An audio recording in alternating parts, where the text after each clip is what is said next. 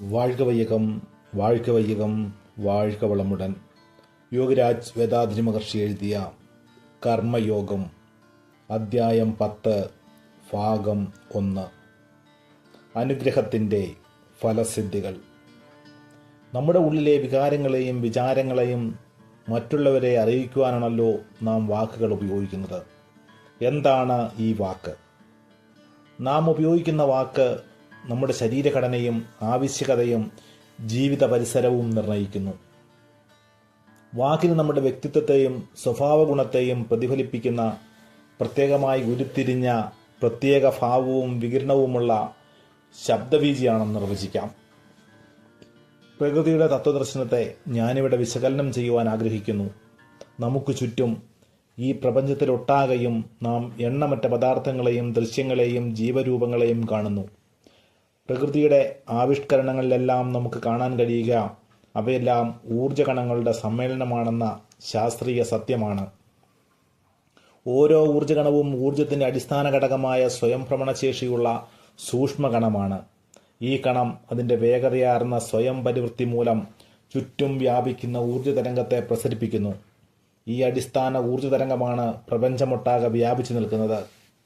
ഈ മൂല ഊർജ്ജകണങ്ങളിൽ ചിലത് ഒരുമിച്ച് ചേരുമ്പോൾ അത് ഒരു പരമാണുവായി മാറുന്നു. ഈ പരമാണു അതിൻ്റെ അടിസ്ഥാന ഊർജ്ജകണങ്ങൾ പ്രസരിപ്പിക്കുന്ന ഊർജ്ജതരംഗത്തിനോടൊപ്പം തന്നെ കൂട്ടായ ഊർജ്ജതരംഗത്തെ പ്രസരിപ്പിക്കുന്നു. 2-3 പരമാണുക്കൾ കൂടിച്ചേർന്ന് ഒരു തന്മാത്ര രൂപാന്തരപ്പെടുകയും ഈ തന്മാത്രയിൽ നിന്ന് മൂന്നാമതൊരു തരംഗപാളി പുറത്തേക്ക് വ്യാപിക്കുകയും ചെയ്യുന്നു. ഈ വിധം പ്രപഞ്ചത്തിലെ ഏതൊരു ദ്രവ്യരൂപവും ഏറ്റവും സൂക്ഷ്മമായ പരമാണു മുതൽ അതിഭീമാകൃതിയിലുള്ള നക്ഷത്രം വരെ അതിനുള്ളിൽ അനശ്യൂതം നടന്നുകൊണ്ടിരിക്കുന്ന ഊർജ പ്രവർത്തനത്തിൻ്റെ ഫലമായി സ്വന്തം നിലയിൽ ഊർജ്ജതരംഗങ്ങളെ വികിരണം ചെയ്തുകൊണ്ടേയിരിക്കുന്നു.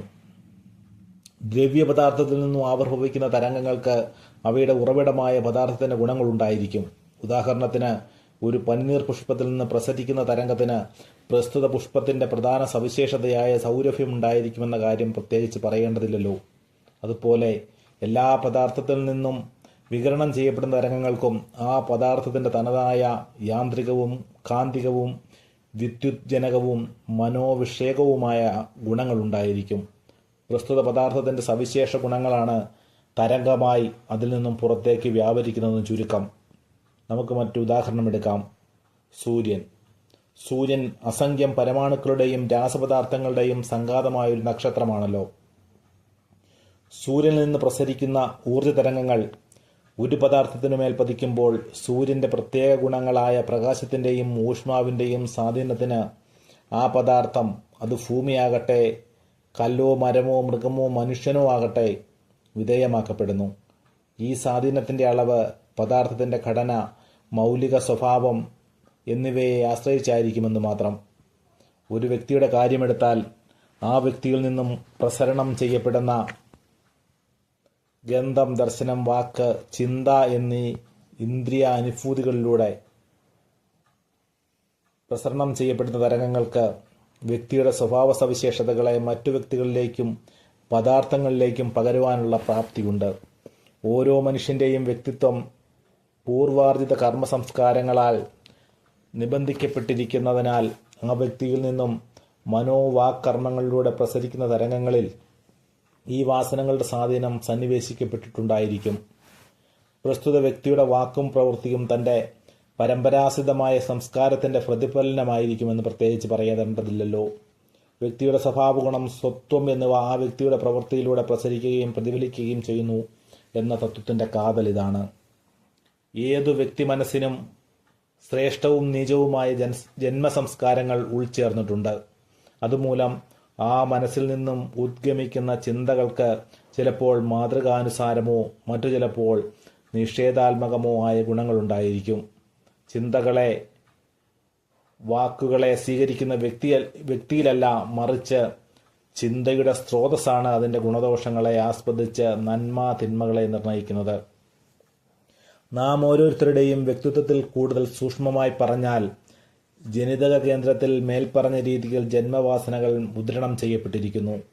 നമുക്ക് ജന്മസംസ്കാരങ്ങളുടെ സ്വാധീനത്തെക്കുറിച്ചുള്ള അവബോധം തുച്ഛമായിരുന്നാൽ പോലും ജനിതക ശാസ്ത്ര സിദ്ധാന്തമനുസരിച്ച് നമ്മിൽ രൂഢമായി കിടക്കുന്ന പൂർവ്വസിദ്ധമായ എണ്ണമറ്റ സംസ്കാരങ്ങൾ നമ്മെ വളരെയധികം സ്വാധീനിച്ചു കൊണ്ടിരിക്കുന്നുണ്ട്.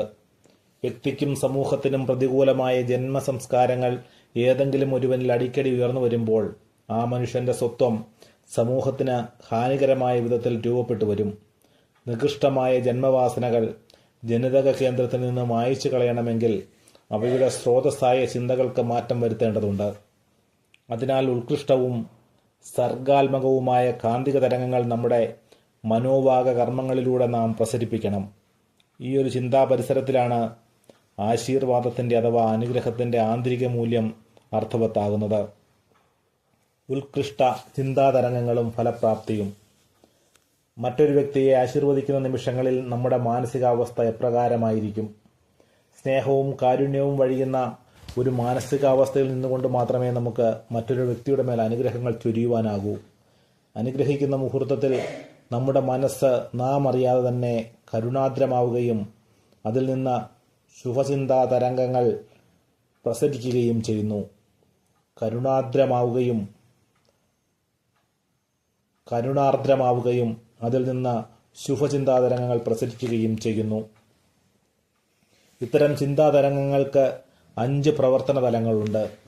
കർഷണം, ക്ലാഷ്; പ്രതിബിംബനം, റിഫ്ലക്ഷൻ; അപഭംഗം, റിഫ്രാക്ഷൻ; വ്യാപനം, പെനിട്രേഷൻ; പ്രതിപ്രവർത്തനം, ഇന്ററാക്ഷൻ എന്നിവയാണവ. ഒരു ഉദാഹരണത്തിലൂടെ ഞാനിത് കൂടുതൽ വ്യക്തമാക്കാം. നിങ്ങൾ ഒരാളെ മനസ്സിൽ ചിന്തിക്കുന്നു. അപ്പോൾ നിങ്ങളിൽ നിന്ന് ചിന്താതരംഗങ്ങൾ പ്രസരിക്കുന്നു. ആ ചിന്താതരംഗങ്ങൾ നിങ്ങൾ ആരെക്കുറിച്ച് ചിന്തിച്ചുവോ ആ വ്യക്തിയെ പ്രാപിക്കുന്നു. പ്രസ്തുത ചിന്താതരംഗങ്ങളിൽ ഒരു ഭാഗം തിരിച്ചു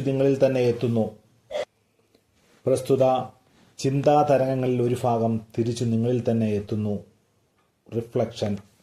മറ്റൊരു ഭാഗത്തിന് അപഭംഗം, റിഫ്രാക്ഷൻ സംഭവിക്കുന്നു. ബാക്കി വരുന്ന ഭാഗം പുറത്തേക്ക് വ്യാപരിക്കുന്നു. പെനിട്രേഷൻ. അവസാനം നിങ്ങൾക്കും ചിന്താവിധേയനായ വ്യക്തിക്കുമിടയിൽ പ്രതിപ്രവർത്തനം, ഇന്ററാക്ഷൻ നടത്തുന്നു. ആശീർവാദം എല്ലാ അർത്ഥത്തിലും ഒരു ശുഭചിന്തയാണ്. ഈ ഉത്കൃഷ്ട ചിന്ത മനസ്സിലുദിക്കുമ്പോൾ നിങ്ങളിൽ നിന്നും ഉദാത്തമായ സ്പന്ദനങ്ങൾ പുറത്തേക്ക് പ്രവഹിക്കുകയായി. അതിനാൽ ആശീർവദിക്കാൻ ആരംഭിക്കുമ്പോൾ തന്നെ നിങ്ങൾ ശുഭചിന്തയുടെ സ്രോതസ്സായി സ്വയം മാറുകയും അങ്ങനെ സ്വയം അനുഗ്രഹിക്കപ്പെടുകയും ചെയ്യുന്നു. ആധുനിക മനഃശാസ്ത്ര സിദ്ധാന്തമനുസരിച്ചും ഈ തത്വം ശരിയാണെന്ന് കാണാം. ശുഭചിന്ത കൊണ്ട് അനുഗ്രഹിക്കുന്നതിൻ്റെ മറുവശം കൂടി നമുക്ക് പരിശോധിക്കാം.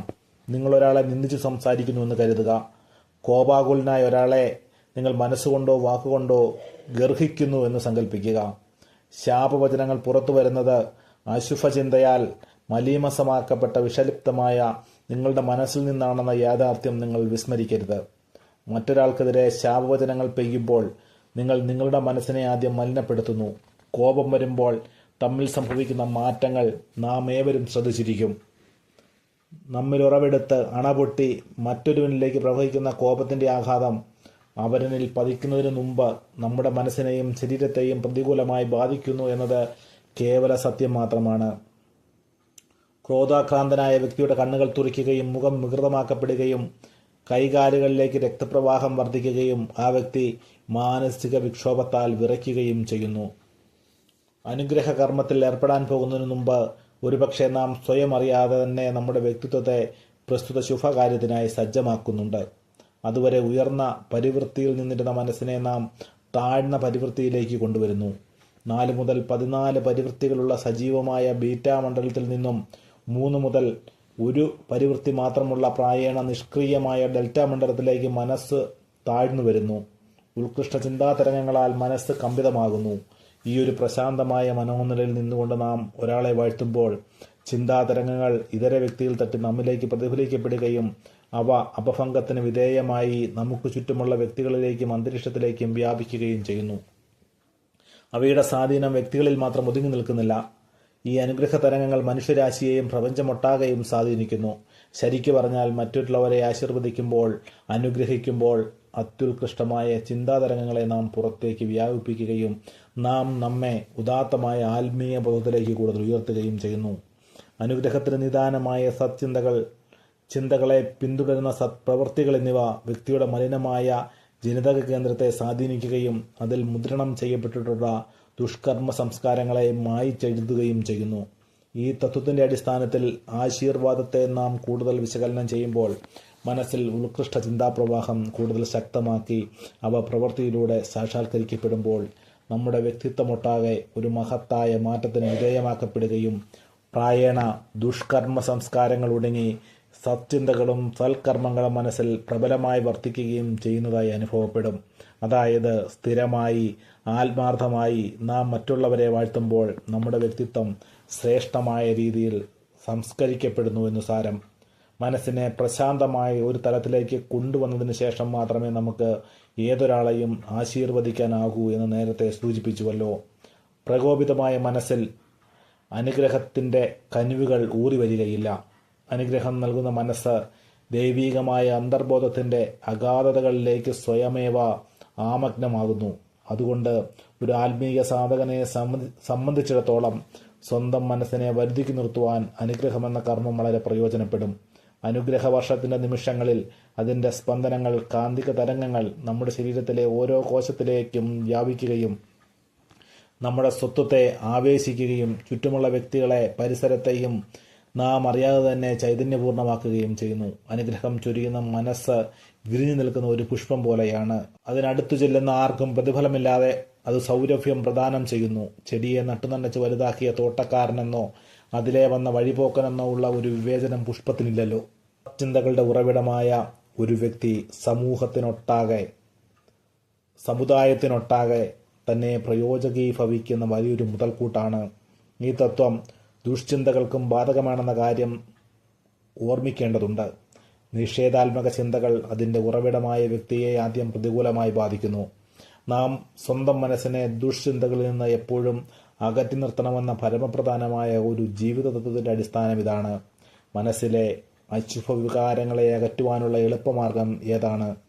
സത്ചിന്തകളെ കൊണ്ട്, സാക്ഷാത്തായ വികാരങ്ങളെ കൊണ്ട് മനസ്സിനെ എപ്പോഴും നിറയ്ക്കുക. അവ നമ്മിൽ നിന്നും സഹജീവികളിലേക്കും മനുഷ്യരാശിയിലേക്കും പ്രപഞ്ചമണ്ഡലത്തിലേക്കും കവിഞ്ഞൊഴുകട്ടെ.